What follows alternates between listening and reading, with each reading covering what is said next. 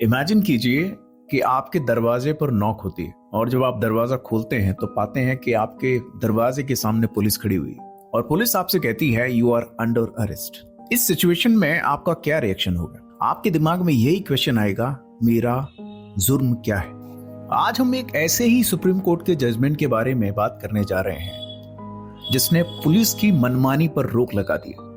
7 जुलाई 2024 को मुंबई के वर्ली एरिया में एक सफेद BMW बहुत तेज रफ्तार से जाती हुई एक स्कूटर से टकरा जाती है। उस स्कूटर पर बैठा हुआ कपल उछलकर गाड़ी के बोनट पर गिर जाता है एंड उनकी वहीं पर ऑन द स्पॉट डेथ हो जाती है। मौका देखकर वहां से ड्राइवर भाग जाता है। इस इंसिडेंट के 2 दिन बाद अक्यूज्ड मिहिर को अरेस्ट किया जाता है।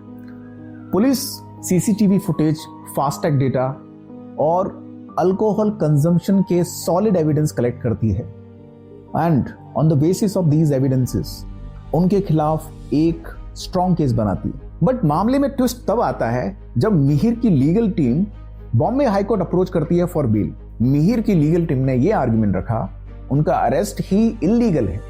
Now the question is why? वो इनोसेंट है या गिल्टी? सवाल वो नहीं था।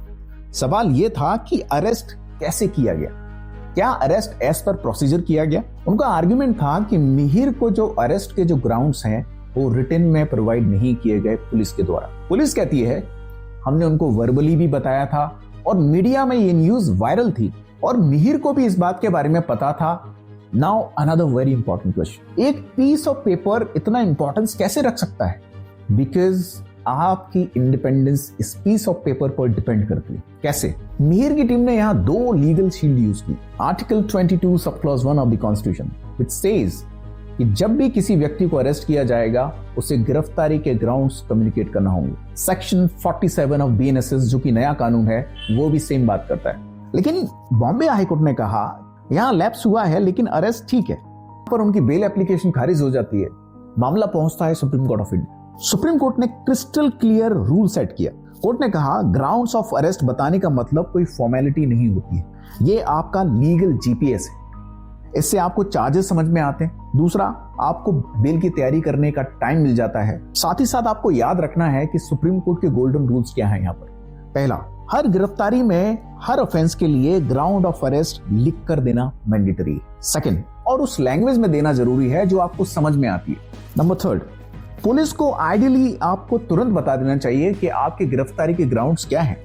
लेकिन किसी इमरजेंसी सिचुएशन में अगर आपको वो कम्युनिकेट नहीं कर पाती, फॉर एग्जांपल अगर कहीं मर्डर हो गया या कोई हीनियस ऑफेंस हो गया जहां पॉसिबल नहीं है कि आपको immediately grounds of arrest communicate किए जा सकें, तो इस सिचुएशन में पुलिस 2 घंटे का समय ले सकती है। नाउ द क्वेश्चन इज 2 घंटे, ये आपका एक्चुअली गोल्डन विंडो है। ये आपको और आपके लीगल टीम को तैयारी करने का टाइम देता है। अब आप सोचेंगे मेरा इससे क्या लेना देना, मुझे थोड़ी पुलिस पकड़ेगी।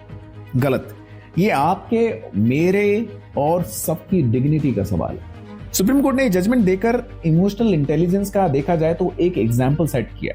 सुप्रीम कोर्ट ने माना कि अरेस्ट सिर्फ लीगल इवेंट नहीं होता, ये एक ट्रैजिक ट्रॉमेटिक ह्यूमन एक्सपीरियंस होता है जिसमें जिस व्यक्ति की गिरफ्तारी की जाती है, कभी देखिएगा उस व्यक्ति को वो किस स्टेट में रहता है।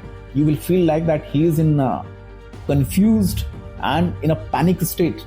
कितना बड़ा स्टिग्मा लगता है जब किसी व्यक्ति को अरेस्ट किया जाता है। और यहां क्वेश्चन उठता है, क्या उस सिचुएशन में उस व्यक्ति को ओरली चार्जेस बताना कि आपको इन ग्राउंड्स पर गिरफ्तार किया जा रहा है, क्या वो व्यक्ति उस स्टेट ऑफ माइंड में होगा कि अपने चार्जेस को डिटेल्स में कॉम्प्रिहेंड कर सके, उस पैनिक सिचुएशन में अपनी लीगल टीम को अप्रोच कर सके?